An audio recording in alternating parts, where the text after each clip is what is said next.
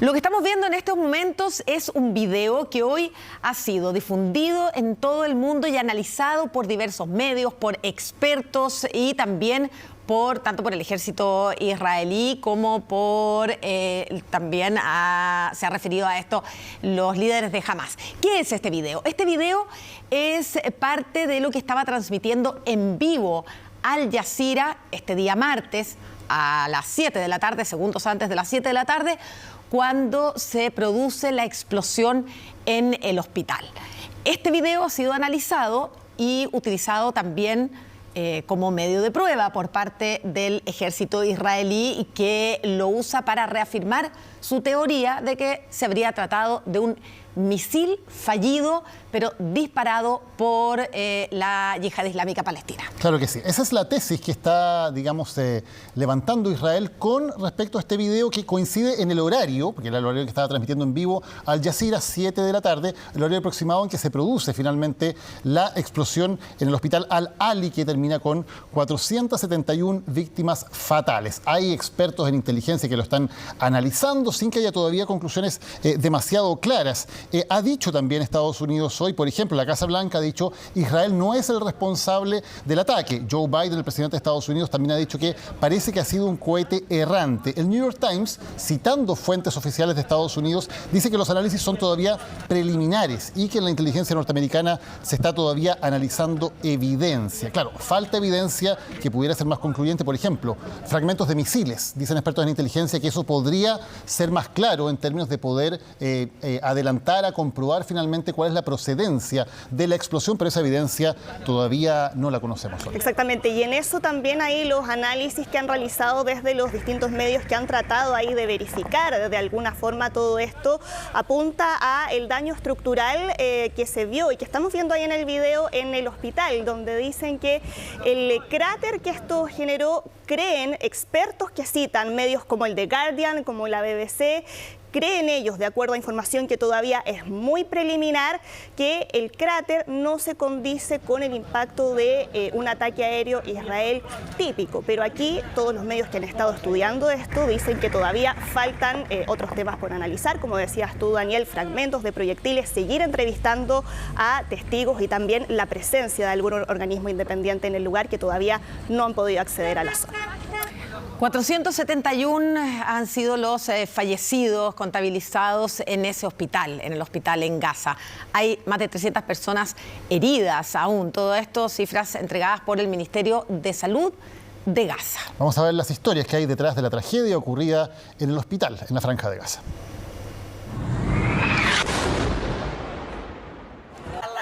Estábamos aquí sentados horneando pan, no hacíamos nada porque ni siquiera tenemos electricidad ni agua. Es el día después del ataque al hospital Al-Ali al norte de Gaza. Con la claridad de la mañana entre los escombros y la tierra se ve con mayor certeza los efectos del ataque. Centenares de muertos y heridos, y las historias no solo de quienes eran atendidos en ese lugar, sino de vecinos que buscaban refugio de los cohetes, encontrando muchos de ellos todo lo contrario, la muerte de sus más cercanos. Mi casa está cerca del hospital. Le entregué el niño a mi esposa y le dije que fuera a tratarlo. Fui al hospital, vi niños pequeños a quienes les amputaron las piernas. Sentí pena por ellos. Tuve que cargar cadáveres y los moví junto a la pared exterior. Yo estaba horneando pan para mis vecinos, juro que estábamos horneando y de repente el golpe, justo encima de nuestras cabezas, y todo se oscureció.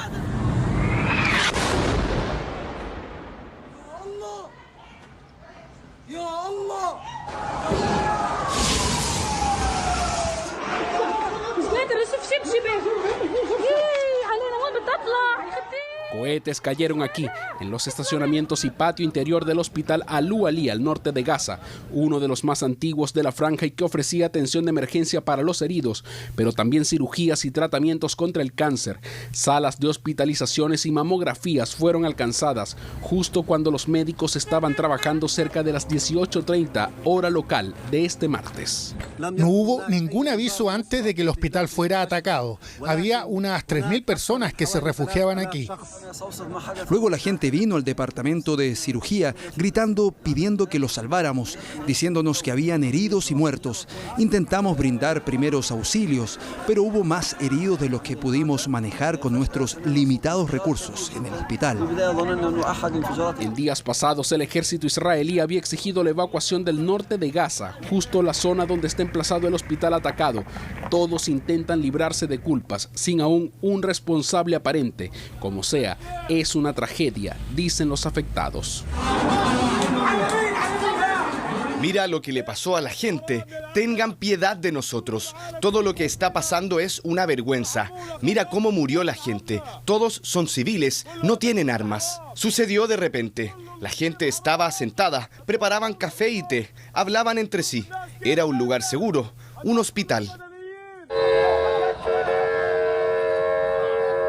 La ONU, que alertó también del ataque a una de sus escuelas usadas como refugio para 4.000 personas, rechazó lo ocurrido en el hospital Al-Ali en el norte de Gaza y piden, al igual que los ciudadanos, el fin de la violencia cuando Israel no cesa en una posible avanzada hacia ese territorio por aire, mar y tierra. Esto es totalmente inaceptable. Al menos 6 personas también murieron esta tarde cuando una escuela de la ONU fue atacada en Al-Maghazi, en la zona media de Gaza. Los hospitales son sacrosantos y deben ser protegidos a toda costa. Aún no conocemos la magnitud total de esta carnicería, pero lo que está claro es que la violencia y las matanzas deben cesar de inmediato. Según el Ministerio de Salud palestino, el ataque dejó 471 muertos y 314 heridos, en lo que han considerado la mayor y más violenta masacre cometida en un hospital en Gaza.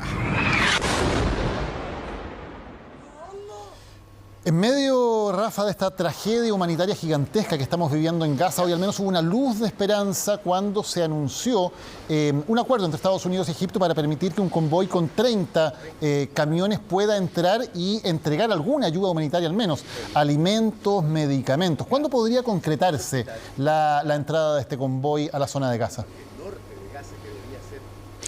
A ver, el presidente Joe Biden exhibió esto como que Israel accedió a permitir aquello desde Egipto, no desde el Paso Eretz que queda acá en Israel, sino desde Egipto, desde Rafah, pero no fueron claros en el tiempo que ello demoraría.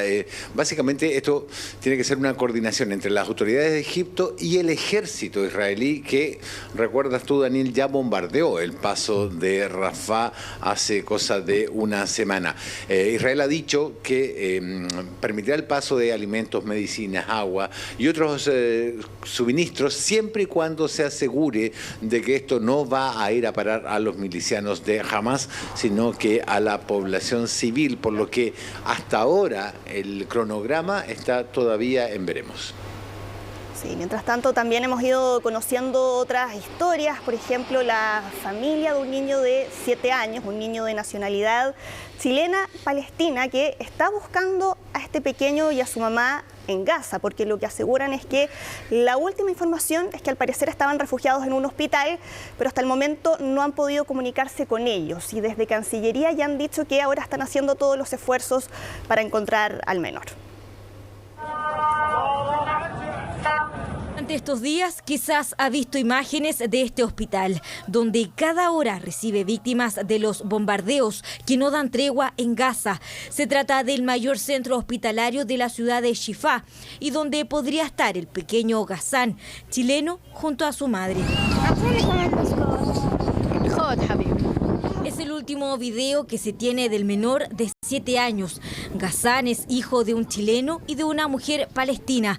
Hace más de 10 años su padre llegó a Irán para estudiar. Ahí conoció a la que sería su esposa. Vivieron en Irán, pero el destino los golpeó. El cáncer llegó a la vida del padre de Ghassan y hermano de Gustavo. Y tras fallecer, el niño y su madre se fueron a vivir a Gaza.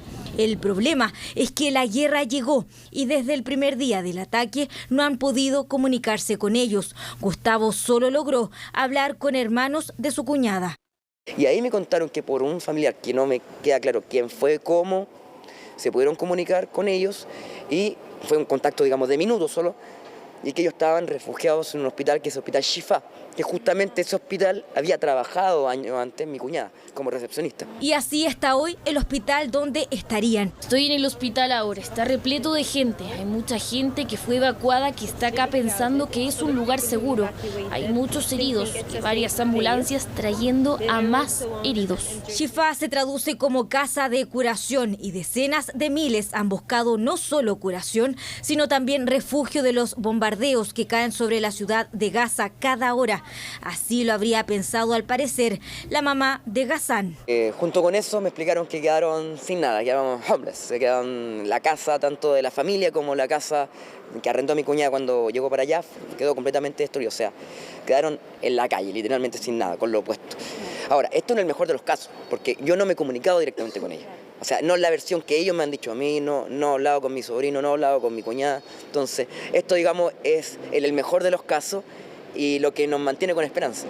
Una esperanza que también se mantiene porque Ghassan tiene nacionalidad chilena, incluso con pasaporte chileno que debería haber actualizado, pero por problemas en los trámites de certificación de la muerte de su papá, el proceso se estaba haciendo lento. Tiene uno transitorio de 1 año que le pudieron dar la Embajada de Chile en Teherán, pero no ha sido posible renovarlo por estos trámites de que mi hermano legalmente todavía está vivo en Chile. ¿Ya? Ahora, ¿cuál es la máxima preocupación que no teníamos nosotros como familia? Era esto, que se enfrentara, digamos, a lo que estamos viviendo en este momento y mi sobrino no tenga pasaporte. Ahora, gracias a Dios, esperemos que tenga pasaporte con ellos. Desde Cancillería señalaron que la representación de Chile en Palestina está haciendo todos los esfuerzos para ubicar al menor y su madre, para obtener el apoyo y asistencia que requiera. La cercanía que muchas veces puede tener Ghassan con Chile es más cercana de otras personas que ya han sido públicas. Cancillería fue muy amable, fue muy cercana y me dieron opciones muy realistas para cualquier tipo de escenario. ¿Ya? ¿A qué me refiero? Que ellos, digamos, se comprometen y ofrecen sacarlos de Gaza. Y si bien ellos no quisiesen venirse para Chile, te ofrecen un lugar seguro. Y la opción sería Turquía con la familia de la mamá del menor. Pero hasta que no se pueda tener contacto con él ni entrar a Gaza, poco pueden hacer más que mantener la esperanza que se encuentre sano y salvo el pequeño chileno Ghassan y su familia. Bueno, y hace algunas horas después de haber dejado Tel Aviv, Joe Biden entregó declaraciones respecto a la entrega de ayuda humanitaria a Gaza a través de Egipto, que incluye agua, alimentos y medicamentos. No hay mención de todas formas a combustible, para que revisemos qué fue lo que dijo. Hablé por teléfono con el presidente de Egipto y aceptó abrir el cruce para hacer 2 cosas. Dejar pasar hasta 20 camiones con ayuda. Se abrirá solo para este propósito, no para permitir la salida de mucha gente, solo para que los camiones puedan pasar.